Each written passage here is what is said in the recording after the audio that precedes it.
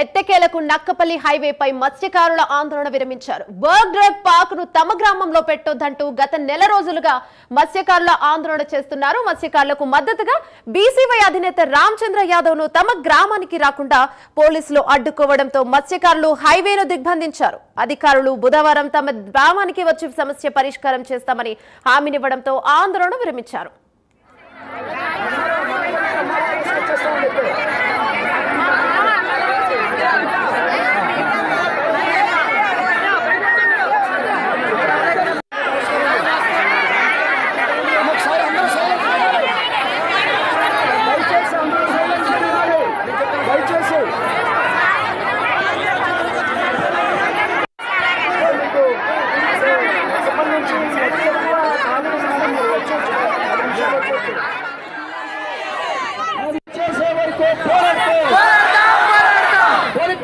రద్దు చేసే వరకు పోరాడతాం.